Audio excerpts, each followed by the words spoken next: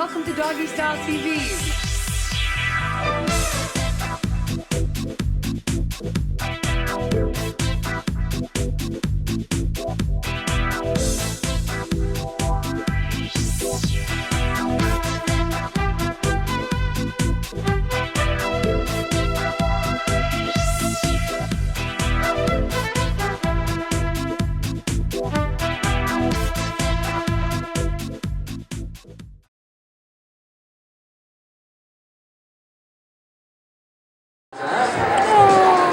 He's the most patient cats imaginable, isn't he? Isn't he lovely?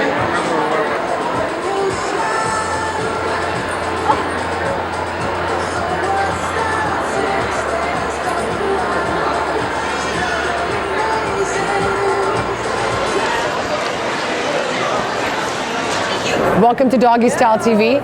We're here with Carolyn from After the Track Greyhound Rescue. Now, talk to me about this. What happens after the track? Well, after the track, they get homes, and basically we get the dogs straight off the track. We have volunteers that drive to the border, pick them up. They have foster homes lined up. They spend 3 to 4 weeks in a foster home, and then they're ready to be adopted, because basically they have to learn everything about being a dog. Right. Because their life at the track is a very regimented type of life. They've only ever been with other greyhounds. They've never really seen any other types of dogs, cats. They're used to being handled. That's one thing about a greyhound. They're great on leash because they're used to people walking them, exercising them. That's good. Yes. So but I guess they don't have any obedience training or trick training, obviously, right? They don't know stairs, they don't know doors, they don't know windows. Wow. But they're very quick learners. They're easy to housebreak because they're used to a routine. So generally speaking, once they're off the track, they live a life like any other dog, except they're a little more laid back and relaxed. They're ready to run again. That's why they're called 45-mile-an-hour couch potatoes. Come here, let me look at you. This is Joey. Hi, Joey. And Opie. Ooh, Oki, come here. Come and talk to Ronnie here. Come here. Aw, hi, guys. Come here. Come sit still. Come. Hi. They're so beautiful. Yeah, they are. And is it a big shock for them, you think, to go from one environment to another? They adapt extremely well. They do. It's amazingly fast. And that's what people just can't believe about greyhounds. It's okay, they can go. Is they've gone from one extreme to another, and how well they do adapt. So, training them, does that also take the 3 weeks? Is that what that Well, basically the foster families get them ready for life in their new homes. They work on housebreaking, they work on stairs, hardwood floors, ceramic tiles. Right. Some greyhounds never master stairs. I have one who will not do stairs. But for the most part, they adapt very, very well. So talk to me about the track. What happens there? How do you feel about the environment that they're brought up in, and what happens to them, how they're fed? Yeah. How do you feel about all of that? The tracks that we bring in our dogs from Wheeling, West Virginia, Daytona, and Birmingham, Alabama. Oh, so they're from the States. Yeah, they're all from the States. Now, these tracks all have adoption kennels, so when the dogs are finished racing, they go to the adoption kennel. How long is the racing period for? It can be anywhere from 2 to 5 years, depending on how good they race. Right.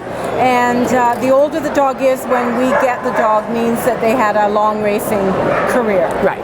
And when they go to the adoption kennel, from there they're adopted out to the general public or to the greyhound adoption groups. And we pick our dogs up. Our dogs are driven to either Windsor or Sarnia, and we have volunteers that go and collect the dogs, and then from there they go to their foster home, and then from there they go to their adoptive home. So now they've been running for so long, and here they go into this home where the owners may not allow them to be off leash or run. So what happens? What's the prerequisite? You can't allow your greyhound off leash. Greyhounds have no recall. They're sight hounds. They could see something a mile away, and you don't know what they see, but they're gone. So unless they're in an enclosed area, they can't be off leash. But they don't require as much exercise as a lab or a retriever. Really? They're very low energy. Wow. They've done their racing, they're ready, they're in retirement, and they're ready to just lie on the couch or lie on a dog bed or your bed. And are you ready to hang out now? Are you over the racing thing? they live with two cats. Oh, that's so, great. yeah, there's a misconception that greyhounds and small dogs are not good together, but that's totally untrue. You know, you can have, my two greyhounds live with 3 cats, no problem. That's awesome. Yeah, you do get some with a higher prey drive, but you can get that with any breed. Of course, Yeah. any dog will Yeah. chase a cat if Yeah, allowed or a to, squirrel. without a doubt. Yeah. Well, that's really great, and it's great that. How long have you been doing this for? We're in probably our 4th year. And you find the results are great. Yes, we did 35 adoptions last year alone, which is wonderful. That's wonderful. Yeah. How many dogs a year come off a track? There's hundreds and hundreds and hundreds. There's probably over 300 adoption groups in the United States. Oh, and great. there's maybe about 10 in Canada. Awesome. From coast to coast. And do people have to pay for the pet when they take the pet? We charge a fee of $450, and that includes the spaying, the neutering, the dental. They're up to date on all their shots. We provide a collar, a leash, a muzzle. They come with their racing muzzles. Right. Because when greyhounds play together in a group, we keep them muzzled because they get very excited and they've got thin skin and they get very excited, and we don't want anybody to get nipped. Awesome. Well, that's super duper what you do, and it's just from the goodness of your heart. Is that where it all came from? My cousin got me started. She's a veterinarian in New Brunswick. She's probably done 40 greyhound rescues on her own, greyhound adoptions. And we used to bring our dogs up from her, but most of the tracks on the eastern seaboard have closed. Massachusetts, New Hampshire, Connecticut, yes. Why? So, for different reasons, the economy. Anyway, now our dogs come from either Florida, West Virginia, or Alabama. There's still quite a few states that race, but some of them have stopped racing. They found that when the internet gambling came along, people weren't going out to the track. Same with horse racing. It's right, of course. They stay home and watch it. Same as videos. I have seen these guys in action, and I've seen a race myself, and it's unbelievable, the speed. It's just unbelievable. How fast do they go? They can go 45 miles an hour. Wow. And they seem to really love it. And at the end of the race, they're all in a big huddle, and they seem to really enjoy it. Oh, good. But we work on getting them a lovely retirement home because very nice. They do deserve it. God bless. That's really nice. Thank you. So it's afterthetrack.ca? It's www.afterthetrack.ca. Wonderful. Yes. So for all of you looking for greyhounds, this is one of the places to get them. Nice. Thank you. Thank you. Thank you.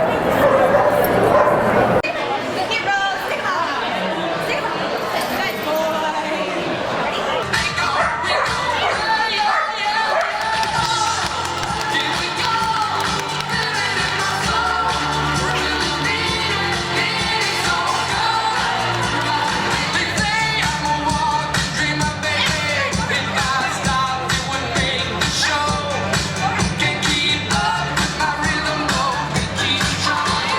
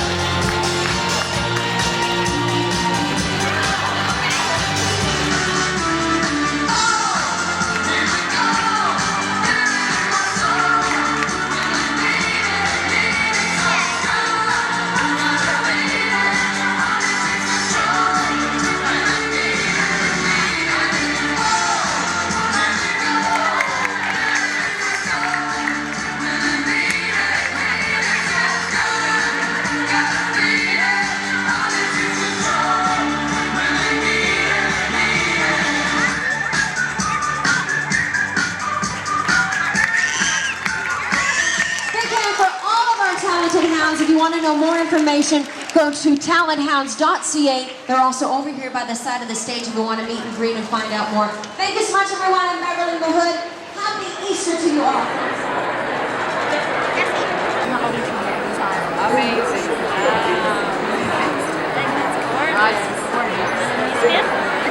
I'm here with Stacy Shaw, and what's her little friend's name? He's a rescue dog, right? Darling. Oh, she's Darla. She's a darling. Does anyone want to rescue her? Look at her. Stacy started a new sport for dogs called SDDA, and I'm going to let her tell you what that is. So it stands for Sporting Detection Dogs Association. And I'm one of the co-founders with Karen Atfill and Brenda Brown. It's a new sport for pet dogs and sport dogs to be able to do detection work. And we use essential oils for the dogs to be detecting instead of drugs or bombs, or the big one right now is bed bugs. In the industry. Can detect bed bugs? Dogs can detect bed bugs. No Yeah, way. they can detect live bed bugs over dead bed bugs even. Yeah. So I'm dumbfounded. That's crazy. the starting level is 1 cent, which is wintergreen, and then the second level, the advanced level, is wintergreen or pine, and then by the third level it's going to be wintergreen, pine, or thyme. And then once you teach your dog how to alert to a scent, you can essentially bring any scent you want into them. We have some people that are using popcorn, I've heard of, anything. It's just teaching the dog to consciously use its nose and then to let us know that they found something that we've told them is valuable. And why do you use wintergreen, you say? Well, we thought it was a Canadian type scent. Either way. Thank you, Stacy. Thank you. And we'll definitely spread the word, because anything that's done with owner and dog and keeping, the bond there. And it's all positive. And it's There's all no positive. corrections involved at all. And that's incredible. I'm looking forward to seeing how this works. I'm actually going to be very fascinated. So stay tuned. Thank you. You're so cute, wiggle worm.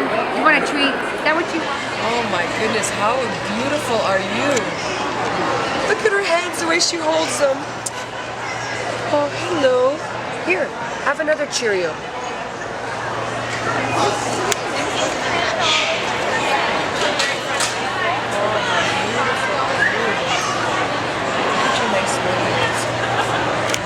Look over here. What you looking at? Here, come back to us. Come back. I want to hold you. I want to squeeze you. You're so cute.